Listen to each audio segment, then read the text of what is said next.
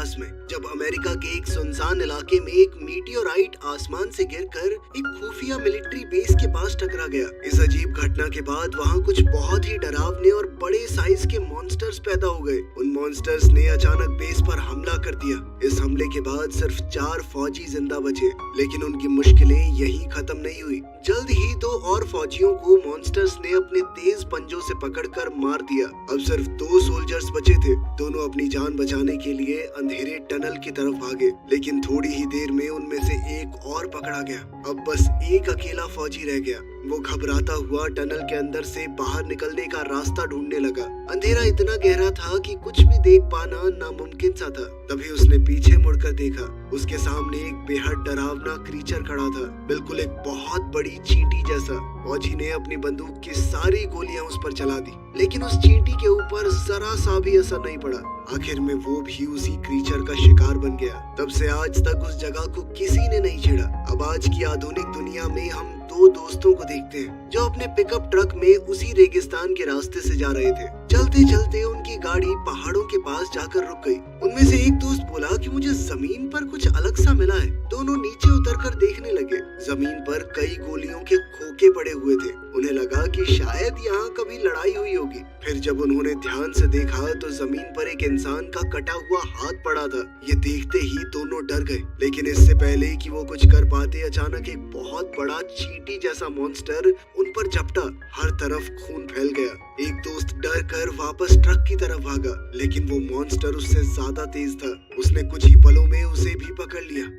अगली सुबह रेगिस्तान के पास एक छोटे से शहर में ब्रायन नाम का एक लड़का घर पे बैठ के अपनी फेवरेट मूवी देख रहा था। इस मूवी का नाम था द इराडिकेटर। इस मूवी में हीरो जॉन केज एक बहादुर बाइकर का रोल कर रहा था जो एक ज़ॉम्बी से खूबसूरत लड़की को बचाता है। ब्रायन को ये हीरो बहुत पसंद था। उसने सोचा कि काश मेरे अंदर भी इतनी हिम्मत होती तो शायद मैं भी लीसा को अपने प्यार की बात बता पाता। तभी उसका बेस्ट फ्रेंड लूकस उसके घर आया। लूकस ने ब्रायन को याद दिलाया कि आज उसकी बर्थडे पार्टी है। पार्टी रेगिस्तान के बीच एक क्लब में होने वाली थी। लूकस जो कि अपनी मोटरसाइकिल पर जाने वाला था, उस मोटरसाइकिल को ब्रायन ने खुद मॉडिफाई करके और ज्यादा पावरफुल बना दिया। अब दोनों पिकअप ट्रक में बैठकर क्लब की तरफ निकल पड़े, लेकिन रास्ते में लूकस ने एक सरप्राइज दिया। उसने लीसा के घर के सामने ट्रक रोका और लूकस ने लीसा को भी पार्टी के लिए इनवाइट कर लिया। लीसा को देखते ही ब्रायन का दिमाग तो पूरी तरह बंद पड़ गया। उसे समझ ही नहीं आ रहा था कि क्या बोले। जैसे ही लीसा ट्रक में बैठी, तीनों पार्टी के लिए निकल पड़े। रास्ते में उन्हें 2 भाई मिले,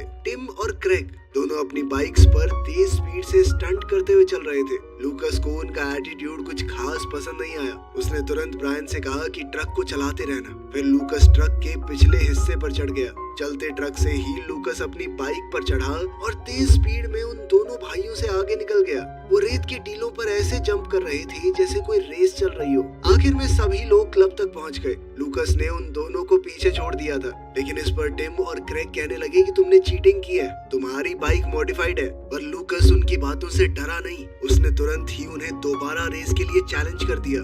तब ब्रायन ने अपने दोस्त को समझाया कि लड़ाई वड़ाई छोड़ भाई, पार्टी एंजॉय कर। पार्टी में लीजा अपनी फ्रेंड्स के साथ बात कर रही थी तो लूकस ने ब्रायन से कहा कि जाके करना बात उससे। ब्रायन ने थोड़ी हिम्मत जुटाई, लेकिन तभी क्रेग उससे पहले ही लीसा के पास पहुंच गया। ये देखकर बेचारे ब्रायन का दिल टूट गया। उसे बहुत बुरा लगा। वो पार्टी छोड़कर अकेला ही रेगिस्तान की तरफ चल दिया ताकि अपने मन को शांत कर सके। उधर पार्टी के अंदर लूकस सबका ध्यान अपनी तरफ खींच रहा था। वो सबको एक स्पेशल सरप्राइज देना चाहता था। अब लूकस ने अनाउंसमेंट की कि मैंने अपने बेस्ट फ्रेंड ब्रायन के फेवरेट हीरो जॉन केज को भी पार्टी में बुलाया है। ये उसने खास ब्रायन के लिए ही किया था, लेकिन जब उसने ब्रायन को ढूंढा तो वो वहाँ पर था ही नहीं। अब लूकस समझ गया कि ब्रायन कहीं बाहर चला गया है। ब्रायन रेगिस्तान में अकेला चल रहा था। चलते चलते उसकी नजर एक पिकअप ट्रक पर पड़ी जो एक चट्टान की दूसरी तरफ खड़ा था।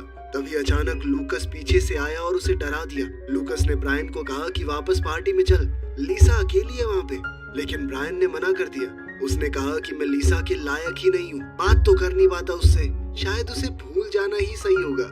लूकस ने उसे समझाया कि बहाने बनाना बंद कर भाई। तभी उसकी नजर पहाड़ी के नीचे गुफा के दरवाजे पर पड़ी। अंदर क्या है ये देखने के लिए लूकस ने तुरंत वहां जाने का फैसला कर लिया। ब्रायन ने मना किया और बोला कि आइडिया ठीक नहीं है, लेकिन लूकस रुका नहीं। दोनों गुफा के अंदर गए और दूसरी तरफ पहुंचकर उन्हें एक पुराना मिलिट्री बेस मिला जो काफी समय से बंद लग रहा था। उधर लीसा भी पार्टी से बाहर निकलकर दोनों को ढूंढने लगी। तब क्रेग उसके पास आया और उसे जबरदस्ती अपने साथ चलने के लिए कहने लगा। अब लीसा का सब्र टूट चुका था। उसने सीधा क्रेग के गोटों पे लात मारी, जिससे क्रेग तुरंत पीछे हट गया। इसके बाद लीसा भी अनजाने में ब्रायन और लूकस को ढूंढने मिलिट्री बेस की तरफ बढ़ गई। इसी बीच ब्रायन और लूकस बेस के अंदर घूम रहे थे। उन्हें एक अंधेरा कमरा मिला जहां हर तरफ मकड़ी के जाले और चिपचिपा सा हरा सा कुछ लगा हुआ था। कुछ सेकंडों बाद दीवार के अंदर से किसी के चिल्लाने की आवाज सुनाई दी, जिसके बाद ब्रायन तुरंत बोला कि यहाँ से निकलना चाहिए। लूकस भी उसकी बात मान गया। दोनों एग्जिट की तरफ बढ़े, लेकिन एग्जिट के सामने एक बहुत बड़ी चींटी खड़ी थी। दोनों डर गए। उन्होंने बिना आवाज किए दरवाजे के पीछे छुपने का फैसला किया। लूकस समझ नहीं पा रहा था कि इतनी बड़ी चींटी कैसे हो सकती है। उसने तुरंत लीसा को फोन किया और मिलिट्री बेस के अंदर जो कुछ देखा वो बताया। लीसा को लगा कि वो मजाक कर रहे हैं। उसने बोला कि जल्दी से पार्टी में अंदर आओ। फोन कटने के बाद ब्रायन और लूकस ने सोचा कि मॉन्स्टर से बचने के लिए कुछ हथियार ढूंढने पड़ेंगे, लेकिन उन्हें सिर्फ रसोई का सामान मिला। मजबूरी में उन्होंने बर्तन और कड़छियां उठाई। जैसे ही वो हॉलवे क्रॉस कर रहे थे, लूकस से गलती से एक बर्तन वाला रैक जमीन पर गिर गया। आवाज सुनते ही वो बड़ी चींटी उनकी तरफ दौड़ी। दोनों ने तुरंत बचकर कैफेटेरिया की तरफ भागना शुरू कर दिया। वो मॉन्स्टर चींटी सीधा लूकस की तरफ बढ़ रही थी। तब ब्रायन ने अचानक कुर्सी और ट्रे आपस में बजाकर आवाज कर दी ताकि मॉन्स्टर का ध्यान उसकी तरफ आ जाए। अगले ही सेकंड मॉन्स्टर ने ब्रायन के पैर पकड़ लिए और उसे घसीटकर दूसरे कमरे की तरफ ले गया। लूकस ने अपने दोस्त को बचाने की कोशिश की, लेकिन वो अकेला क्या ही कर पाता। मॉन्स्टर ने उसे भी पकड़ लिया। अब दोनों उसके शिकार बनने वाले थे। तभी अचानक लीसा पीछे से वहां पहुंच गई।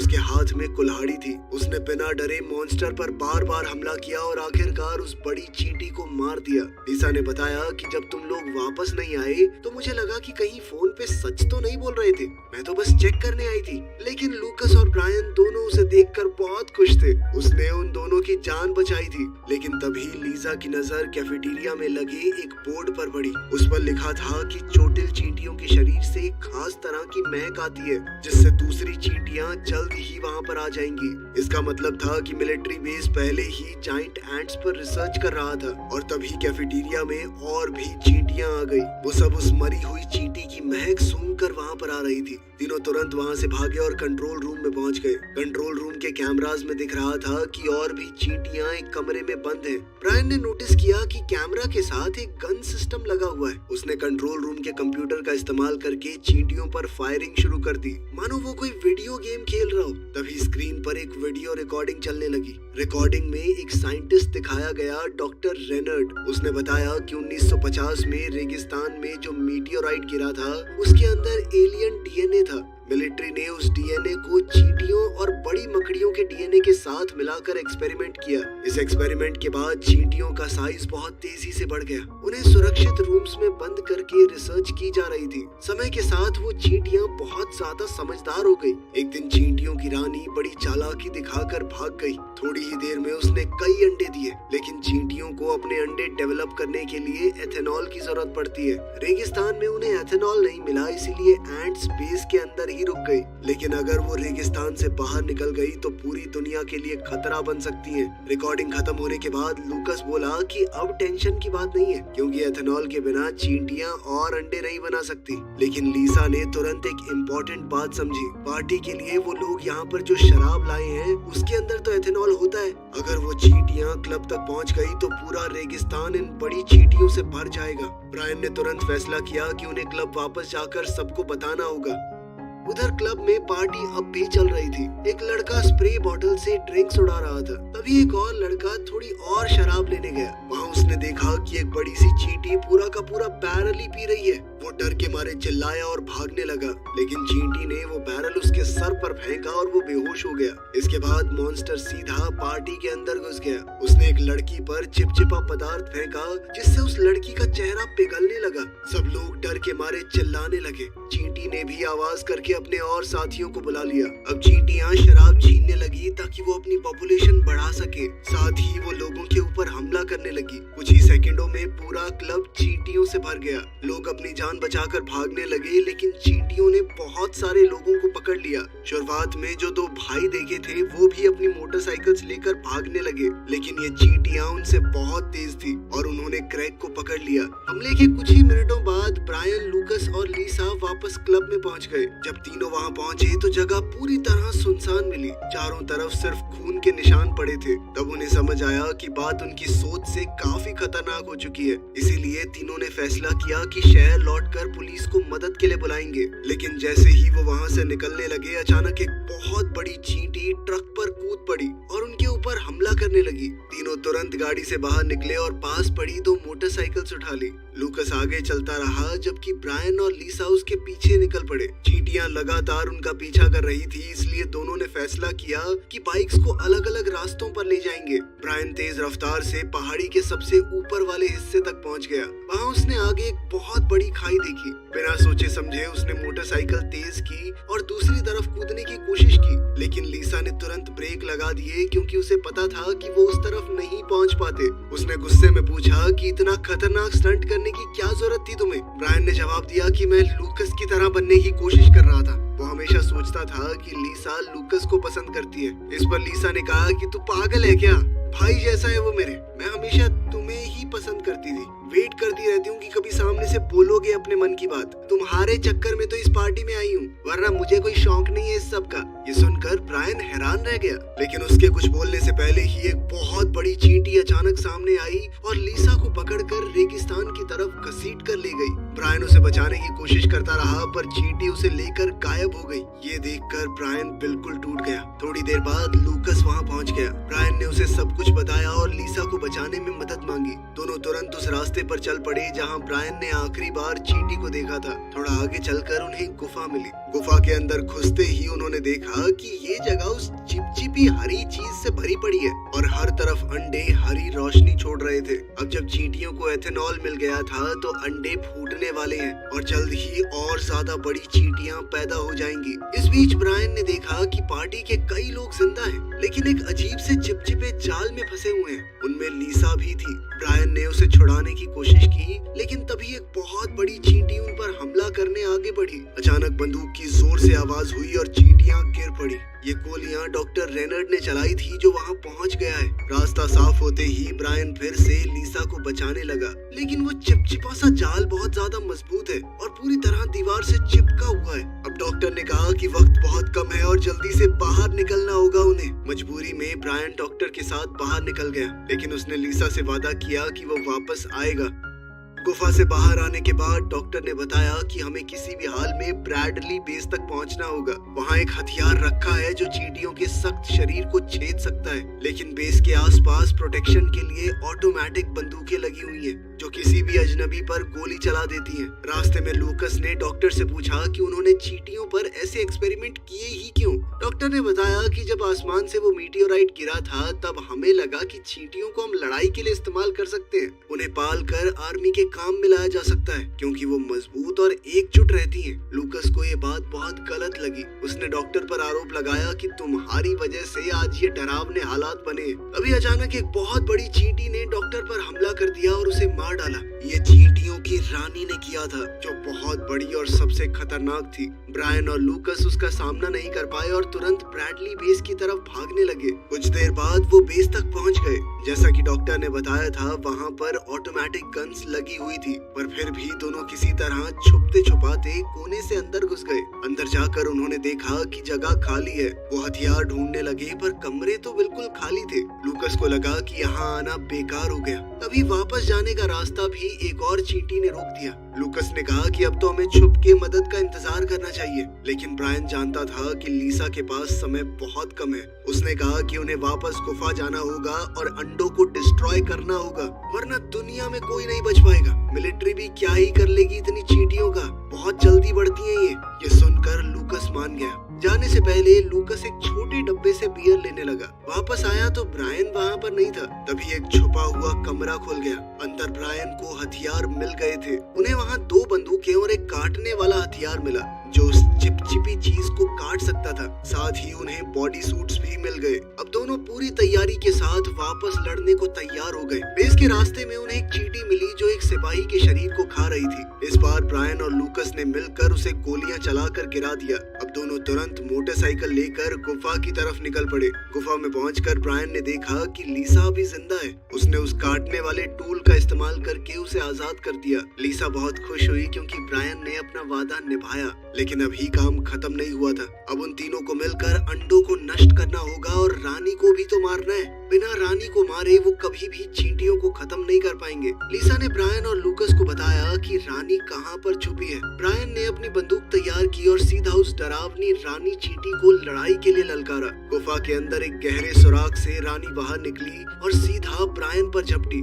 ब्रायन ने तुरंत गोली चलाई। गोली लगी लेकिन रानी रुकी नहीं, उतनी ही तेज आगे बढ़ी और उसके साथ और चींटियां भी आ गई। सब कुछ बद से बदतर हो रहा था और ब्रायन की बंदूक भी अचानक से बंद हो गई। अब ब्रायन और लीसा के पास सिर्फ एक ही रास्ता बचा था, मोटरसाइकिल पर भागना और चींटियों को अपने पीछे लगाकर दूर ले जाना। उधर लूकस गुफा में छुपकर लोगों को आजाद करने लगा। ब्रायन और लीसा तेज रफ्तार से सड़क पर निकल पड़े। उनके पीछे दर्जनों गुस्से से भरी हुई चींटियां लगी हुई थी। इतनी खतरनाक सिचुएशन में ब्रायन के दिमाग में एक प्लान आया। उसने मोटरसाइकिल को सीधा ब्रैडली बेस की तरफ मोड़ दिया। रास्ता खतरनाक था, फिर भी दोनों हिम्मत करके आगे बढ़े और बिना उस ऑटोमेटिक गन की नजर में आए उस इलाके को पार कर गए। लेकिन चींटियां उनके मुकाबले बहुत बड़ी थी। उस ऑटोमेटिक सिक्योरिटी सिस्टम ने उन्हें आसानी से पहचान लिया और एक के बाद एक तेज गोलियों ने पूरे झुंड को ही खत्म कर दिया। लीसा ब्रायन की सोच से बहुत इम्प्रेस हुई। दोनों को लगा कि अब तो खतरा खत्म हो गया, पर तभी पहाड़ की चोटी से रानी दोबारा सामने आई और उनके ऊपर झपट पड़ी। दोनों को दोबारा से रेगिस्तान में भागना पड़ा। उधर गुफा के अंदर लूकस ने सभी लोगों को आजाद कर दिया था। उसने अपने दोस्त से बियर स्प्रे करने वाला टूल लिया जिसमें अभी भी इतना एथेनॉल बचा था कि पूरी गुफा में आग लग सके। अंडे फूटने वाले थे, इसीलिए उन्हें जल्दी करना होगा। सबको आजाद करने के बाद लूकस ने पूरी गुफा में वो बियर छिड़क दी और अब वो आग लगाने के लिए जैसे ही तैयार हुआ उसे किसी बच गए आदमी की आवाज सुनाई दी। उसने पास जाकर देखा तो पता चला कि टिम जिंदा है। लूकस ने तुरंत उसे बाहर निकालने में मदद की। इसी बीच ब्रायन और लीसा भागते भागते उसी बड़ी खाई के पास पहुंच गए जहां से वो पहले गिरने वाले थे। उनके पास कोई रास्ता नहीं बचा। सामने से रानी तेजी से उनकी तरफ आ रही थी। ब्रायन को लगा कि सब खत्म हो गया है, लेकिन लीसा ने कहा कि इस बार कूदने की कोशिश करो। उसने कहा कि मुझे भरोसा है तुम्हारे ऊपर, तुम कर सकते हो। ब्रायन अभी भी श्योर नहीं था तो लीसा ने उसे हिम्मत देने के लिए चूम लिया और कहा कि दोबारा चाहिए ना तो कुदा देना, ठीक है। आखिर में ब्रायन ने पूरी रफ्तार से मोटरसाइकिल खाई की तरफ दौड़ा दी और ऐन मौके पर दोनों ने दूसरी तरफ छलांग लगा दी। उन्हें यकीन ही नहीं हो रहा था कि वो बच गए हैं। अब उन्हें वही शुरुआत वाली गाड़ी दिखी और वो उसमें बैठकर भागने लगे। तभी अचानक से गाड़ी पीछे की तरफ जाने लगी। दरअसल रानी के अंदर अब एक मकड़ी जैसा जाल बनाने की ताकत आ गई थी। उसने जाल फेंका और गाड़ी को वापस खींचने लगी। तब लीसा ने ब्रायन की बंदूक उठाई जो अब दोबारा से चलने लगी थी। उसने सही निशाना लगाया और रानी के सर पर गोली चला दी। रानी सीधा गहरे गड्ढे में जा गिरी। आखिरकार उनकी ये डरावनी दुश्मन खत्म हो गई थी, लेकिन गिरते हुए उसका शरीर उनकी गाड़ी को भी साथ खींचने लगा। ब्रायन और लीसा समय रहते बड़ी मुश्किल से अपनी गाड़ी से कूद कर बचे। उधर गुफा में लूकस ने टिम को बाहर भेजा और आग लगाने लगा। तभी एक नई चींटी अंडे से निकली और उस पर हमला कर दिया। लूकस ने बड़ी मुश्किल से खुद को छुड़ाया और उसका सर पैर से कुचल दिया, लेकिन तब तक गुफा में आग फैल गई और लूकस अंदर ही फंस गया। कुछ देर बाद जब ब्रायन और लीसा वापस आए तो उन्हें टिम मिला। टिम ने उन्हें बताया कि लूकस ने सबको बचा लिया, लेकिन वो खुद आग लगाते वक्त अंदर फंस गया है। ब्रायन अपने दोस्त को अंदर मरने के लिए नहीं छोड़ने वाला था। उसने अंदर जाकर उसे बचाने का सोचा, लेकिन आग बहुत फैल चुकी थी। तभी क्रेग अपनी मोटरसाइकिल पर वहां पहुंच गया। अपने भाई को जिंदा देखकर वो बहुत खुश था। जब उसे पता चला कि लूकस ने टिम की जान बचाई है तो उसने उस एहसान का बदला चुकाने का फैसला किया और तुरंत मोटरसाइकिल लेकर गुफा के अंदर घुस गया। अंदर से जोरदार धमाकों की आवाज आ रही थी। ऐसा लगता था मानो सब कुछ खत्म हो गया हो, लेकिन आखिरी पल में क्रेग मोटरसाइकिल पर लूकस को बाहर निकाल लाया। दोनों सुरक्षित थे और सब लोग बहुत खुश हुए। इस खतरे से बचने के बाद सब लोग वापस क्लब में गए ताकि वहाँ का बचा हुआ काम संभाल सके। लूकस और उन दोनों भाइयों के बीच पुरानी दुश्मनी खत्म हो गई। तभी अचानक ब्रायन को उसका सरप्राइज मिला। उसका फेवरेट हीरो जॉन केज वहाँ पर पहुँच गया था। वो ब्रायन से मिला और ब्रायन तो बहुत खुश हो गया उसे देखकर। ब्रायन ने जॉन को बियर का कैन दिया, लेकिन जैसे ही वो पीने लगा अचानक एक जाल आया और कैन को खींच कर ले गया। सबको समझ आ गया कि एक और बड़ी सी चींटी जिंदा बच गई है, लेकिन इस बार कोई डरा नहीं। ब्रायन, लूकस और लीसा ने मिलकर तुरंत उसे खत्म कर दिया। सबको लगा कि अब तो सब सही है, लेकिन उन्हें पता चला कि फौज के बेस के अंदर एक कमरे में अभी भी बहुत से बड़े कीड़े बंद हैं, जिसका मतलब था कि खतरा पूरी तरह अभी भी टला नहीं है। वीडियो पसंद आई तो लाइक कर देना, चैनल को सब्सक्राइब कर लेना।